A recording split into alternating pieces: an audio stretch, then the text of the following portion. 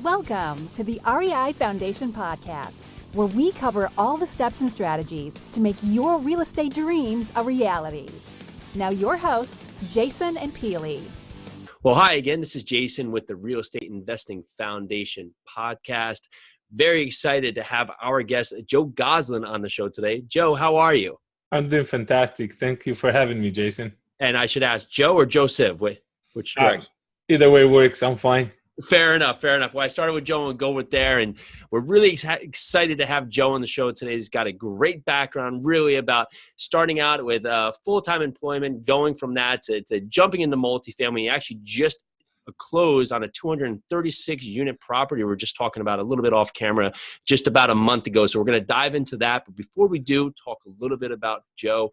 Joe's a multifamily investment specialist, leading group of acquisitions of over $30 million in real estate, and that's fastly growing.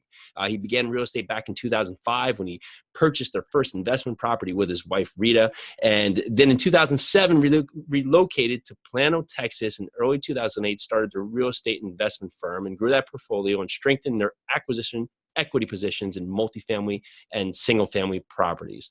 And then in 2015, Joseph began his multifamily journey, and not long after, led his successful acquisition of 130 units in 2 properties in Lubbock, which fast forwards us today to the successful acquisition of a 236 unit in also the Lubbock community.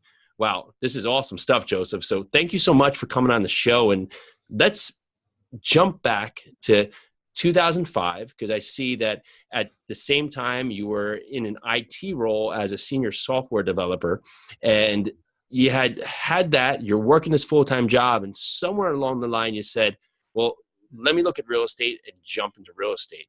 What was it that really jumped out to you? Yeah, so it was really, as many other investors, Rich Dad Poor Dad, right? I read the book. I said, that makes sense. I don't want to stay in this industry forever. If you're in the software industry, you look around and there's no 60-year-old developers, right? So you realize that there's a clock ticking on you. It's a young people industry. And back at the time, my wife and I just got married. We were living in a rental apartment that had like 1 bedroom, 600 square foot.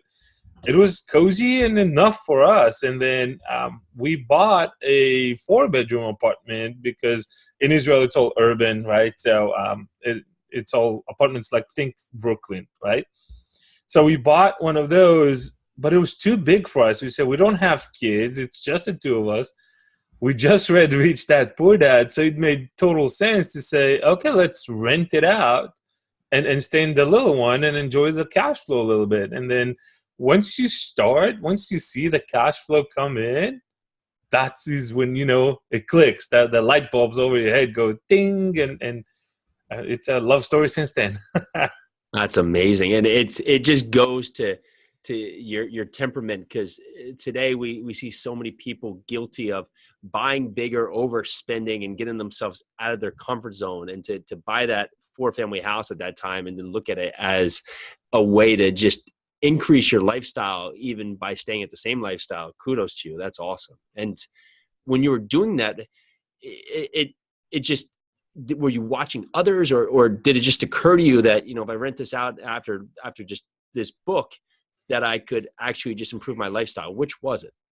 It was just accidental. I didn't have a mentor. I didn't have anyone back then. The online communities were not as advanced as they are today. It wasn't that obvious to you that you can go online and there's a bunch of people that can teach you about real estate, right? So it was just, if we go and live in this thing, it'll pretty much choke all of our funds, right? And most of the money will go on the mortgage, and we'll have a place that is 3/4 empty pretty much. Or do we just stay here where we are in our little cozy apartment and just rent it out, and not only will somebody else will pay the mortgage, we'll also get cash flow every month. So both of us are a very logical person, and it was an easy decision. And so you have that first one. It's a huge success. You love the model. What comes next? Well, I was blessed enough that in 2007, my workplace relocated me here to the States, and we land here, and my wife and I look around, and it's the big crash. So what our big strength is that, and I feel again blessed that we had that realization, is that we didn't uh, ball into a corner, right, and say no, it's a big crash, we're not going to go in. It was more like, oh my God, it's a big crash, we're never going to see a market like this ever in our lifetime, let's jump in. So we actually sold the property back home in Israel, moved the money over here, and started our investment career in the States with the single family. And then obviously we both got licensed just to get familiar with the American and the local Texas systems and how the rules are, and get access to the MLS for our deals. So it worked out really well for us. That's great. And how far did you go with the multifamily, or the single family investments before you really started putting your eye onto multifamily? So honestly, we didn't go too far with the singles, right? We ended up with like 4 or 5 doors, and then life happens, right? Certain career changes, and then the kids came in, and then all kind of things that kind of pull you out of focus. And I regret till today that I let it pull me out of focus. And then fast forward to 2015, I had a moment of, call it a crisis or a breakdown or whatever, with my singles, right? Within a short period of about 6 months, I had to pay $45,000 in checks, right? So we had a property with foundation issues, and excuse me, when you raise a 1970 house, all the cast iron plumbing was just held by the soil. Gravity. You raise that house, it all just crumbled. So we had to do complete new piping, and on the plumbing there. We had a hailstorm, we had a water heater burst that took out the flooring, we had a garage door, and that's just one property. I had another property that needed a fence. I had another property that needed an AC unit, and I'm looking at my wife. That's not scalable. If we had 10 properties and they all needed something right now, that wipes away years of cash flow. And that's my main realization with single family, is that everybody promises you cash flow, and then you cash flow for a year, 2, 3, 4, 5 if you're lucky, and then something big happens, right? A roof, a water heater, a foundation, plumbing, something big comes in, and then if you haven't built your reserve account, that's not going to be there for you, and you're going to have to pull it out of your pocket. And that's going to be a problem for a lot of people. I don't know a lot of people that can cut $40,000 checks in 6 months, right, out of the blue. That's right. That's right. And so if you look at that, a lot of people, they have these monumental moments and they just give up. They throw their hands in the air and said, forget it. I'm done. I had this bad thing happen. And it seems like you get here during a crash and you find opportunity. You have all of this damage, or we'll say almost a perfect storm happen with your properties just all in 1 year. And for you, you find the good out of that. Is that how you've always thought, okay, this has happened, but what can I gain or what can I learn from it? Has that always been your position? Well, it's more of, okay, this didn't work. What will work? And I'm an engineer in training, so I'm wired to put everything in an Excel file and research, right? So I looked at anything from non-real estate stuff like commodities and oil and gas and gold and day trading and Forex and all that. And I looked at everything real estate. I knew singles is not going to work for me anymore. So I looked at, excuse me, land and retail and medical and office and all kind of niche real estate. And then I landed on multifamily, and from all those types, it was the one class that made the most sense to me. The one that felt safest of all of them, because I'm very risk adverse, right? So that's how I landed up on multifamily. So talk about that. What made it seem to be the safest asset class for you, for maybe someone who's now at that point and looking at jumping into real estate or maybe working in doing just flips or wholesales and is looking at another class? What stands out to you about multifamily? Yeah, so that's a good question, and everybody needs to figure out two things. One, there's the safety aspect, and we'll talk about that in a second. But first, I want to start with why multifamily and why now, right? So we're in a position right now to take advantage of a major generational shift. If you look at the United States population, we have what, 320, 330 million, give or take. Take away everybody over 80 and kids and teenagers, you end up with about 200 million, right? 220, give or take.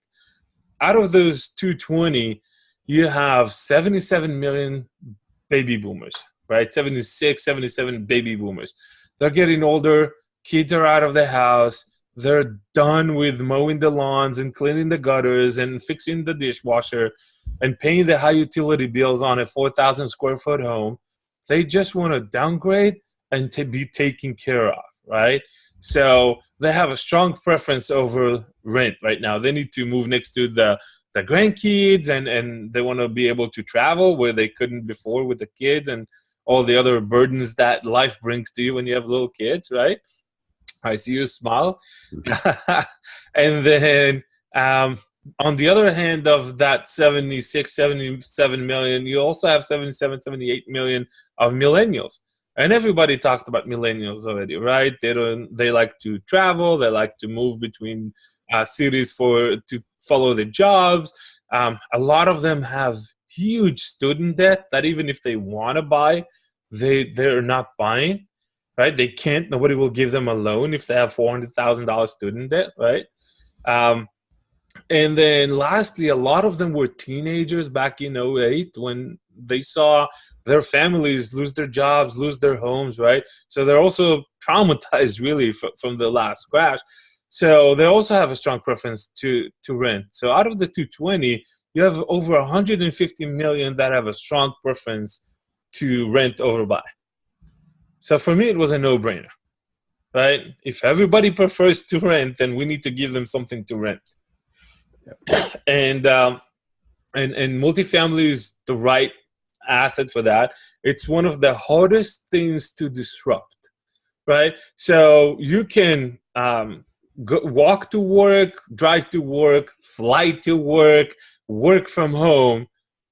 Doesn't matter what technology will come up to change that.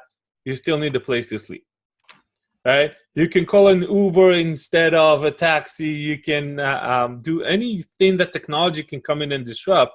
But at the end of the day, you still need a place to sleep. Yeah. So that's going to be the hardest thing to disrupt is the residential for rent industry. So that's the aspect of why multifamily and why now. The safety aspect comes in. And I'm sorry if you want to squeeze in the question there because I kind of go ahead. It's great because people need to understand there's a lot of talk. Like everybody wants to invest in multifamily now, but it's the thought about why and why being for you, and then also why being for others really needs to be prevalent so you can really just make your best informed decision. So go on.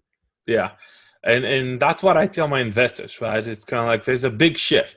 If you look historically on all the last recessions we had, '08 and 2000 and the early 90s, multifamily was the last asset class to get hurt and the first one to recover, right? And that's also a major something that helped me understand that this is a great asset to invest in. The other thing is when I own a single family home, right, and let's say I have a vacancy, the resident moved out, and I need to find a new one. I'm paying the bills. I'm paying the mortgage. I'm paying the real estate agent to release it if I use a real estate agent, right? I pay for everything. It's coming out of my pocket. So I have 100% risk. And there's always vacancy, right? You might be lucky and get someone that will be in the house for 3, 4, 5 years, but the number of people that stay in a rental home for 20 years is not that big. On a multifamily property, if I have 100 units in the property, I can have 10 of them vacant. I still have enough money coming in from rent. The other 90, they pay for the mortgage, they pay for the on-site team salaries, they pay for the repairs and maintenance, and they pay enough that we can also pay our investors back. Mm-hmm. And So nobody has to pull money out of their own pocket into this thing once it's up and running. And that's really, for me, it's a big changer, right? It's a big game changer. The other thing is, so I've heard people say, well, then I'll just own 100 single families. Well, when you own 100 single families, you have 100 insurance policy, 100 property taxes bills that will come in. And if you're more aggressive, then 100 of those to be protested, right? 100 locations, you're going to have somebody drive around town to take care of those 100 properties versus I have one location, one insurance policy, one property tax to contest. And my people, when they need to get to unit J4, they walk from the shop to J4. I don't need to pay mileage. I don't need to get the car. I don't need to take the risk of them having an accident between the two houses. That doesn't exist. Yeah, logistical nightmare. So absolutely. And so if we look at that from a multifamily side, how does that translate to your business model today? And I would touch on, how do you source the markets you look for, and what type of properties or multifamily properties you're looking for, and what kind of team have you surrounded yourself with? Yeah, so we'll take it one by one. Sure. So when searching for a market, the number one thing that we search for is jobs. Where are the jobs? Where are these people gonna work? What's the economic drivers of the city that we're looking at, or the market that we're looking at? How did that market behave in 06, 07? And what happened if a black swan event happens, right? So if you go into a smaller town that has one employer, and an example for that is I saw a property in a smaller town in Oklahoma, but 80% of the population were employed in a meat factory. Well, guess what? A tornado came in and destroyed the facility. That owner had insurance. He was covered. But now you have 80% of the town has no jobs. So you can't be super dependent on one employment or one industry. I know there's a lot of people or a lot of investors that shy away from military surrounding towns like Killeen, Texas, and others where it's mostly about the base. And when there's a big deployment, now you're stuck with a lot of vacancies and a lot of people that don't have jobs. So these are things that we try to look around and try to figure out, where are the jobs coming from and how sustainable are they?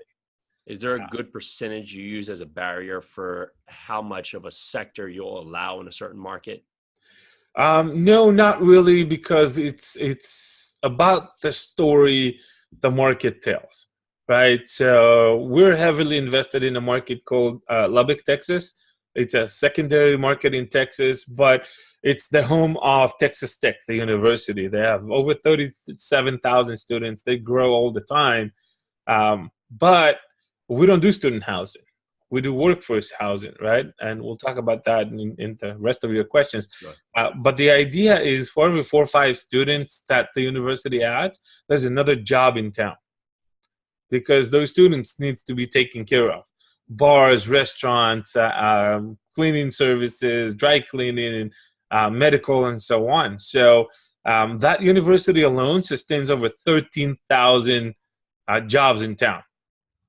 But they're not the only big dog in town, right? So even though they do show as one of the major employers in town, first of all, universities don't walk away that easy, right? That's one thing. The other thing is, they're not the only big dog in town. So that's why we love that story. We love that town, and why we invested so heavily in that town. So to your question, there is no a percentage. It's about understanding your model, business model, right? We're not doing student housing. We're doing workforce housing, and understanding how the dynamic in the city works to help your business model, right? So right now, Lubbock is at 2.7, 2.8 unemployment rate, which is one of the lowest in the state. Wow. Right. So there is a story behind it, and that's why I don't like getting stuck on numbers. I want to understand the full picture. Gotcha. Fair. Fair. I'll take that one time from an engineer that doesn't want to get stuck in the numbers, but I was kidding. You got to be able to step up and look at the big pictures, right? So, for example, Huntsville, Alabama, right? One of the best kept secrets in the country right now. But Toyota announced a $1.6 billion factory going out there in the next few years. Mm-hmm. And right after that, a few major employers announced they're going to come in as well. The problem is in this town, there is no inventory. So you'll see a lot of developers going out there right now and start building. So that's the kind of thing that if you look at Huntsville, Alabama with the numbers right now, it does not make sense to go and develop out there. But if you look at Huntsville, Alabama with the perspective of, oh, Toyota is going to bring $1.6 billion factory in there, going to generate this many thousands of jobs, now it makes a lot more sense to go and develop in Huntsville, Alabama, right? So that's why we always try to figure out what's the story of the market, right? What is coming in, what has been announced, what has not been announced, and try to make our decisions with the full picture in mind, not just this benchmark or that benchmark. That's great. And you touch a little bit about that you don't focus on student housing. What is your core focus? Okay, that's really where I was heading to is multifamily apartments have classes, right? A, B, C, D, and anything in between. The easiest way to look at it is A is the most beautiful, brand new apartment complex that was built last year or this year, right? B is the A class of about 10 years ago, right? It's a little bit older, still very nice looking, mostly composed of young professionals and younger people at the start of their corporate career. C class is where you have your hardworking family. We call it workforce communities. It's hardworking. It's the people that work at retail and restaurants and automotive industries that are working hard. They have jobs, but their salaries are not too high. But they still deserve a great place to live in. And then D class is what we call in the industry war zones, right? It's the place where there's a lot of drugs and crime and unsafe neighborhoods. So when you look at all those at that spectrum, we like to stay in the B and C class.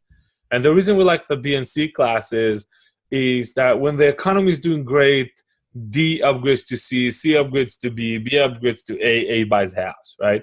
When the economy does the other way, when the economy tanks, A downgrades to B, B downgrades to C, C downgrades to D, right? So no matter what happens to the economy, staying in the middle over there in the B and C class bands will pretty much guarantee that you will have new prospects all the time. So that's really why we like the B and C bands.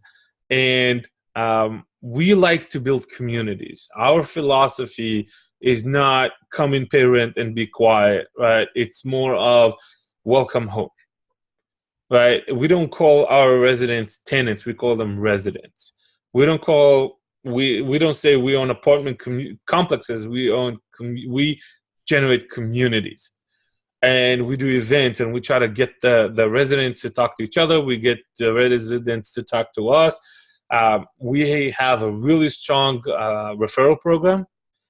And that's really because all the statistics and all the benchmarks show that residents that feel connected, residents that talk to each other, that know their neighbors, residents that will bring their friends and families. They'll walk around and say, hey, come live in my community. And both those residents and the one they bring in stay longer. And in multifamily, especially on the operations side, retention is the key for profitability. And if you could talk a little bit more to community, because that's amazing. And just setting the mindset right with your team. So the way they think about it is not just tenants and property. And then also now creating events. What are some other things you're doing to create that community atmosphere? Because I think that's really important. And especially what you're talking about tenant retention, that's the turnover is just the killer for your complex. So if you can keep them there longer and make them happy, everybody wins. Exactly. So we do multiple events. We just did a huge pool party on one of our properties, And we try to, we have a popcorn machine in the office, right? So we send a flyer to all the residents saying, hey, when the kids come back from school, send them in for some popcorn, right? And then they come in and they light up, and they, when that kid lights up, when he gets the popcorn, you can see the mom behind him light up right as well, right? And if the tenants come, and not the tenants, the kids come home and they tell the mom, oh, mom, it's so great, I got popcorn, they're happy, right? That generates a connection to the community. Other things that we do would be, every once in a while we'll send one of our leasing agents or our community manager out to where everybody drives off from the property in the morning and just hand out donuts. And you just have a great day. Here's a donut. And we get great reactions from these things. And we try to do our best. We had a slab leak, right? Which means we had to shut down water to a few of the buildings, unfortunately, for more than one day. It was just a big, complicated thing to solve. So we could have just told them, yeah, sorry, we got to do what we got to do. But instead, we told them we apologize, but we got them water bottles, and we did a breakfast for them, and we did a dinner for them, right? It's kind of like, yes, we're sorry, it's not in our control, but we'll do everything we can to make your life a little bit easier with this going on. So stuff like that. And then we just took over, like you mentioned, a 236 unit, and we brought everybody into the office, but not only the team from this property, we brought all of the team from all of our other properties in town, and we told them, look, this is one big family right now. Gotcha. We don't operate as single ships in the dark. This is a fleet that works all together. And if you get stuck on something, right, and the lead maintenance guy is stuck on something, call the lead maintenance guy on the other property, because another fresh set of eyes might get you out of that problem. He might know or encounter something that you have never encountered before. We also told them, look around you. The people that live in those units are the ones that pay your salary. It's not us, it's them. So just like when you walk into a JCPenney and an associate sees you, they say, hey, how are you? Can I help you find something, right? How can I help you today? We told them, we expect you to do the same thing when you walk on the property and you see a resident. Hey, good morning. Can I help you with something today? But even if they have nothing to ask for, right, that feeling that you get noticed, you get recognized, and you're asked if they can help you, that goes a long way. So that's really what we try to convey to our team on the ground. It's important. It's the relationship that we want to build with our residents. That's amazing. And when you talk about we, besides the maintenance people, you're talking about we as a team taking over these properties. Who are you talking about? And we don't need specific names, or like, how is your team built up on the high level for management? So we have a third-party management company that runs our properties for us, but we have been working with them so closely that it's really it feels part of one team. Right? They share our philosophy. We're constant in communication. They're at that sweet spot of not too small to be regional and not effective and no resources, but they're not too big that you're just another client.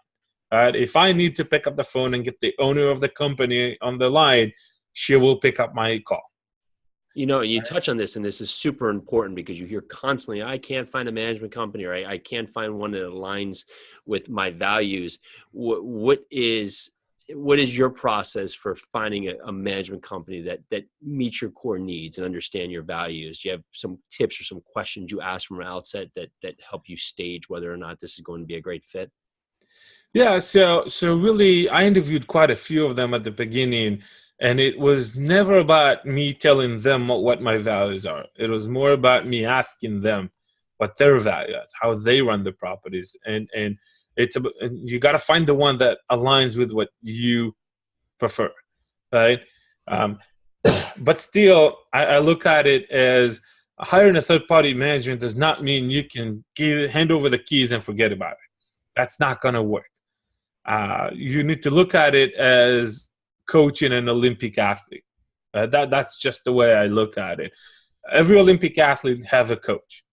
They're at the top 0.0001%, right, of athletes in their profession, but they still have a coach. Can the coach run faster, throw the ball longer, swim further? No. But what a coach brings in is perspective. It's outside the box thinking. It's accountability, right? And that's what we bring to the table as asset managers when we work with our third-party property management, right? So when we talk about a team, usually on site, we'll have maintenance people at the various levels. We'll have leasing agents and at least one community manager for every community.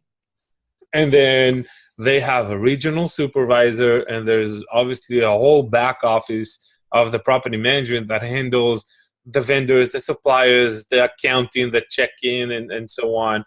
And then me, as an asset manager, I work with our supervisor. I work with the corporate office of the property management, including the owner. And then every once in a while, I also have interaction with the on-site community manager. And that usually happens when we get to touch points with the residents, right? So for example, last Christmas, we wrapped a few gifts and we sent it over so she can hand it out to residents. Yeah. Yeah, no problem. And this is invaluable information about working with the property management and also just treating people like a community. And if you're looking at your overall business model and the type of properties you're coming on, you're using syndication for this? Yes, for most of our communities, we have syndicated. What would you suggest is a great way to keep investors in the loop so they understand what's happening? And like, how do you keep contact with investors throughout the life of the hold of the property? So that's an interesting question, because on one hand, we want to communicate with them. We want to get them engaged. On the other hand, most of them invest in syndications because they just want to check in the mail every quarter. Yeah. They don't want too much details. So you got to find the right balance with the investors. We try to engage them at least quarterly, usually in the first year, more than that. Yeah, sorry. And take a minute, let me know. We also engage them in things like picking a name. So when we rebrand the property, we do a survey with our investors and say, hey, these are the options that we were thinking. What do you like? What rings well to you? We also did in some of the properties a survey to help us pick a logo, because we had a few really good options we couldn't decide between. So we handed over to the investors to make a decision. So we try to keep them engaged as much as they're willing to be engaged. Yeah, you're absolutely right. We send out, our monthly or quarterly investor emails, and lots of times it's crickets. And I'm like, is this email going through? And so sometimes they're like, did you get my email? They're like, yeah. Okay, good. So I know it's going out there, and we're just not getting anything back. But that's absolutely right. And I think engaging them for the process of, the things about the name and the logo, that's a lot of fun and a very interesting topic to really push out there. Is your business model for what you've done or what you're doing so far, is it going in there and changing the vibe, changing the community, changing the logo, the name, and doing value adds that go with unit turns, or is there some other aspect where you're taking on heavier rehabs? So usually we'll have always had a management play, right? Picking up properties that were not as efficiently managed as we can. And there's always been a rehab component. Some were lighter than the others, but always have some kind of a value add component. So between the management play and the rehab play, usually we're able to bring a little bit more value to our investors. That's great. And you just get this 236 unit property in a time where everybody and their mother saying, I can't find deals. So what is the ninja trick that you use that you're able to find this magical property that nobody else can find? So there is no ninja trick. There's just brute force. So you just got to work the relationship and get as many deals in front of you as possible so you can filter down to the right ones. It's not that every deal that I see is good. My actual record or my actual benchmark is about 200 to 1. So for every 200 deals that I see, and I'm not looking at deals from the big brokers, right? The ones that get on a big email blast, that's not even counted. So for every 200 deals that come across my desk, about 150 of them will fall on the smell test, right? You do enough of those, you can look at the OM and say, there's so many rainbows and lollipops here, I can't even see the property, right? And then, but 50 of them go into our Excel files. We have really, really strict criteria, so we don't take anything lightly. Out of the 50, we'll have about 5 that we'll be able to make offers on, that are worth making offers on, and about 1 of them will close. So that's our ratio, about 200 to 1. It's not magic. It's not a trick. It's just brute force. What I've learned is 97% of the people out there will just not put the time and effort to go through 200 in order to get to 1. That's great. And when you look over these properties and you find this, now you just had this 236 unit. Are you continuing to be in acquisition mode, or does each time that you find a property, you now work on that property before you find the next? So you can't let the pipeline dry out. Right? If I need to go through 200, it's going to take a while. And law of replacement says if I went through 100 and found one, now I need 300 to find the next one, right? Because the other 100 statistically are not going to work. And now I'll need another 200 to find the next one, right? So that's why we keep the pipeline going. We keep our relationship with the brokers going. The best description I ever give to this industry is a snowball on a roller coaster. Gotcha. Right? That's the way this industry works. It's a snowball because the more you do, the more you get. The more opportunity will come across your desk. And when we closed the last 236 units a few weeks ago, it's like another door just opened that I've never seen before. And now I get access to a lot more things. We crossed the 500 units barrier. People start talking to us on a different level. And then another thing that, the people that haven't gotten there yet still will learn is that once you cross the $10 million loan amount, they get really nice to you. So it's just a different way these lenders treat you once you cross the $5 million, the $10 million loan. And then, so we keep our relationship going. And then the roller coaster aspect of is you can spend 2 months looking and find nothing. And all of a sudden you have 3 under contract. Yeah. And you got to figure out what you're going to do with them. And you're talking about the loans. It's really funny. My partner was like, I just had more headache trying to refi on my single family house than we did on a 94 unit apartment building. It's like, explain that to me. I was like, I know. Yes. It seems agonizing, but that's the truth. Yeah. It's like going through a cavity search, right? When you do the recourse loan, but the non-recourse loans are a lot easier to get through. And you look at your business now as a whole, where does it go over the next 5 years? What kind of trajectory are you looking for? So we're at a little over 500 units right now. The goal has been and still is to cross the 1,000 unit by the end of the year, awesome. Which means we need at least 1 or 2 large enough opportunities to come across our desk between now and the end of the year.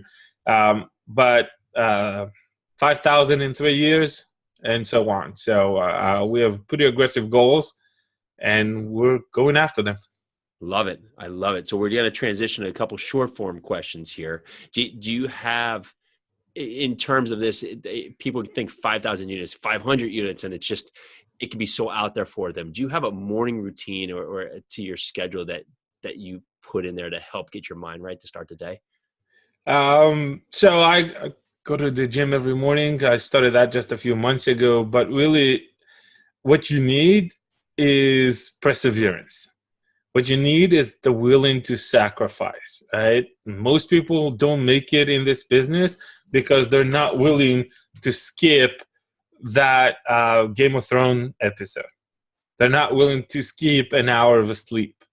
That's really what it is. I got my first acquisition, which was 22 units, and I got my second acquisition, which was 102 units, all while being fully employed as a senior manager that had 26 developers underneath him, right?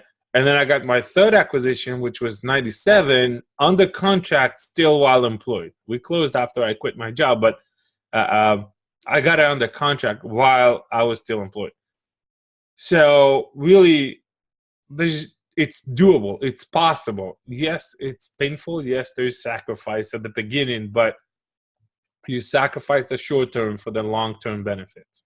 That's awesome. And if you look at everything you've learned, if you were to today be just starting as a new real estate investor, what would be one actual step that you would take today to get started for someone out there who maybe is on the fence and hasn't taken action? So two things, right? If I could go back in time, right, to my 2008 self, and let's say I'm not allowed to tell myself it's the bottom, buy whatever you can, okay? Let's take this off the table for a second. Then I would tell myself, skip the singles, go straight to multifamily. I can tell you that I'm pretty certain that if I had the technical knowledge that I have today, back in 2008, I'd be crossing the 5,000 units by now, long gone. Yeah. Right. So that's really where that's the first thing I would tell myself: skip the singles. Right. It's not what the education paid. And then the second thing that I would tell, if somebody comes up to me and say, okay, what do I need to do right now in order to get X amount of units property by the end of the year? Well, you got to focus on two things, right? And it's basically the same thing. It's all about building relationships, right? But in two different channels. You got to build relationship with brokers around you. You got to build relationship with investors around you. That means you walk around and you tell everybody, this is what I'm going to do, and I'm looking for this, and know exactly what you're looking for, right? And don't look for unicorns, right? As I'm also a licensed broker. If somebody calls me and say, hey, I'm looking for a B class in an A neighborhood on a 10 cap, okay. When you find that unicorn, get me too. Yeah. Okay. So be realistic about the market you live in. Be realistic about what you're looking for. Build the relationship with the brokers. There is a human being on the other end. It's not just a machine that sends out emails, right? So get into that relationship, because here's the dirty secret of real estate brokers, right? They all have an investor's database, a buyer's database. And when a property comes in, first, they're going to make a few phone calls to their close buyers, the people that have done business with them in the last year or so, and the people that have been in contact with them in the last few weeks. Then it's a blast to the database, right? So it's very simple. If you're not constantly on their mind, you're going to get it with everybody else. So build that relationship. And on the investor side, this is a lesson that I learned in my first syndication. Do not wait until you have a property under contract. That is one of the biggest mistakes most first-time syndicators do. It's kind of like, now you put in a stress on yourself that in 30 or 45 days, you got to figure out how you raise, let's say, $1 million from people that have never heard about multifamily and never heard that you're doing multifamily. So that's pretty much the advice I would give a new guy. And that's absolutely tremendous. And that really hits home. I know that point right there, because I hear this a lot. How do you, I don't want to jump too far back in topic because I want to be respectful of your time, but if you're a new investor who's raising money for multifamily, but you haven't done a deal, what would be one suggestion to talk to investors without really having that track record? Well, you got to lean on somebody's experience, right? So in my case, I had a smaller one that I bought by myself, but it was pretty new. What I leaned a lot is on my team, right? My property management company, 37 years of experience, right?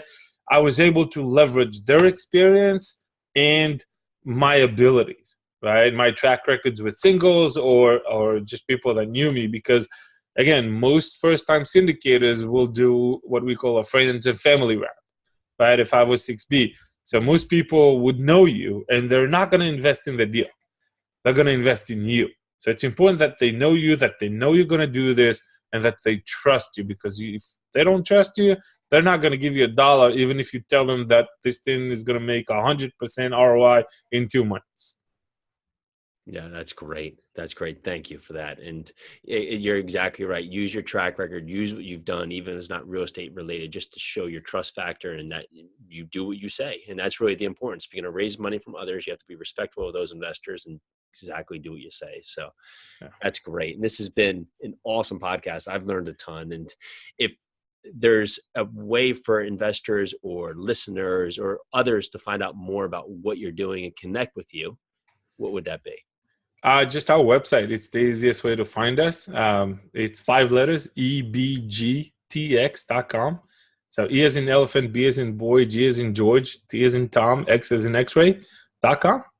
Awesome. Joe, this has been absolutely amazing. Thank you so much for coming on the show. We really appreciate your time today. And again, thank you for everyone who's listening. And this is Jason with the Real Estate Investing Foundation podcast. Thank you so much to Joseph Gozlan. And thank you so much for listening. Have a great day. Thank you. Bye now. Thanks for tuning into the REI Foundation podcast. Check back next time for more awesome tips and strategies to launch your new you in real estate.